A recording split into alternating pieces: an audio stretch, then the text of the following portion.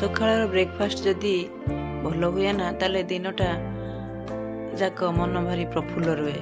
ତେଣୁ ଝଟପଟା ଚକୁଳି ବା ଇନଷ୍ଟାଣ୍ଟ ଚକୁଳି ଆସନ୍ତୁ ବନେଇ ନେବା। ଚକୁଳି ସହିତ ଘୁଗୁନି ଆଉ ତା ସହିତ କିଛି ମିଠା ବା ନଡ଼ିଆ କଦଳୀ ରହିଲେ ସକାଳର ବ୍ରେକଫାଷ୍ଟ ଖାଇବା ପାଇଁ ଭାରି ଭଲ ଲାଗେ।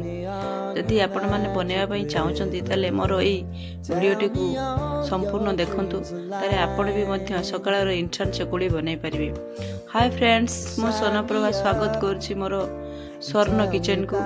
ଆସନ୍ତୁ ସକାଳର ବ୍ରେକଫାଷ୍ଟ ଚକୁଳି ବନେଇବା। ପ୍ରଥମେ ଆପଣ ଗୋଟିଏ ବାଉଲରେ ଅରୁଆ ଚାଉଳ କିଛି ଭିଜେଇ ନେବେ। ତା ସହିତ ଆପଣଙ୍କର ଚଣା ଯଦି ଥିବ ଚଣା ଡାଲି ଦୁଇଟା ପକାଇଦେବେ। ଆଉ ଯଦି ଆପଣ ଅଲଗା କିଛି ଦେବା ପାଇଁ ଚାହୁଁଛନ୍ତି ତାହେଲେ ଆପଣ ମଧ୍ୟ ଅଲଗା କିଛି ଦେଇପାରିବେ। ଏଠି ମୁଁ ନଡ଼ିଆ କିଛି ନେଇଛି, ବିରି ଡାଲି କିଛି ନେଇଛି, ତା ସହିତ କିଛି ଗଜା ବି ରଖିଛି। ତାହେଲେ ଆମେ ଏସବୁକୁ ଗ୍ରାଇଣ୍ଡ କରିକି ଆମେ ଗୋଟେ ଇନଷ୍ଟାଣ୍ଟ ଚକୁଳି ବନେଇ ପାରିବା। ଆସନ୍ତୁ ଏଇସବୁ ଆମେ ଏବେ ଗ୍ରାଇଣ୍ଡିଙ୍ଗ କରିନେବା।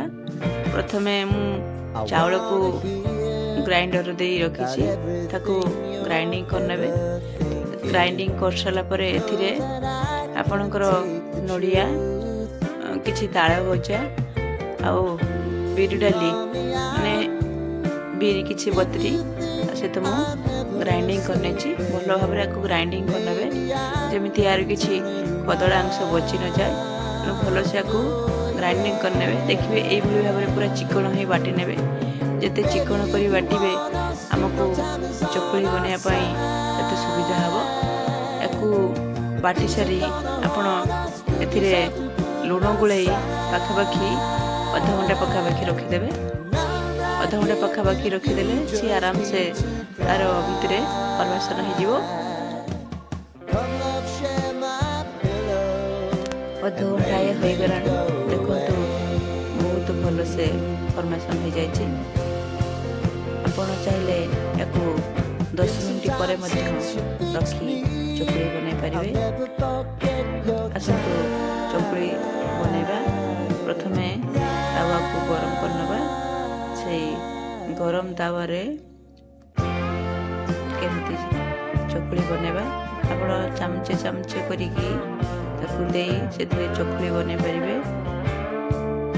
ଧ୍ୟାନ ଦେବେ ଯେମିତି ଆମେ ଚକୁଳି ପିଠା ବନାଉ ପ୍ରାୟତଃ ଘରମାନଙ୍କରେ, ସେଭଳି ଭାବରେ এই ଚକୁଳି ପିଠା ବନିଯିବ। ତାର ଚାରିପାଖ ଆସ୍ତେ ଆସ୍ତେ କରିକି ତାକୁ ନଉଟେଇବା ପାଇଁ ଚେଷ୍ଟା କରିବେ।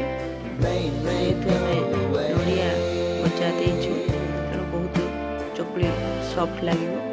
ତେଣୁ ତାକୁ ଧୀରେ ସେ ନଉଟେଇବା ପାଇଁ ଚେଷ୍ଟା କରିବେ। ଚକୁଳି ସହିତ କିଛି ଆମେ ମଟର ଆଳୁ ନେଇଛୁ, ତାକୁ ସିଝାଇ ଆମେ ଘୁଗୁନି କରିବା। କାରଣ ଚକୁଳି ପିଠା ସହିତ ଘୁଗୁନି ଖାଇବାକୁ ଭାରି ଭଲ ଲାଗେ। ତେଣୁ ଆସନ୍ତୁ ଘୁଗୁନି ବନେଇ ନେବା। ଏ ଦେଖନ୍ତୁ ମଟର ଆଳୁ ସିଝି ଯାଇଛି। ଯେହେତୁ ଗୁରୁବାରରେ ଖାଇବା ପାଇଁ ପଡ଼ିବ ତେଣୁ ସାଧାରେ ବିନା ପିଆଜ ରସୁଣରେ ଘୁଗୁନି ବନେଇଛି। ଘୁଗୁନି ସହିତ ଚକୁଳି, ତା ସହିତ ନଡ଼ିଆ, ମିଠା କଦଳୀ ଖାଇବାକୁ ଭାରି ଭଲ ଲାଗେ। ସକାଳର ବ୍ରେକଫାଷ୍ଟ ବହୁତ ଭଲସେ ହେଇଛି। ଚକୁଳି କେମିତି ଜାଣିପାରୁଥିବେ କେତେ ସଫ୍ଟ ଆଉ ନରମ ହେଇଛି। ଯଦି ଚାହୁଁଛନ୍ତି ଏଭଳି ଇନଷ୍ଟାଣ୍ଟ ଚକୁଳି ବନେଇ ଆପଣ ଘରେ ଖାଇବା ପାଇଁ, ଆପଣଙ୍କ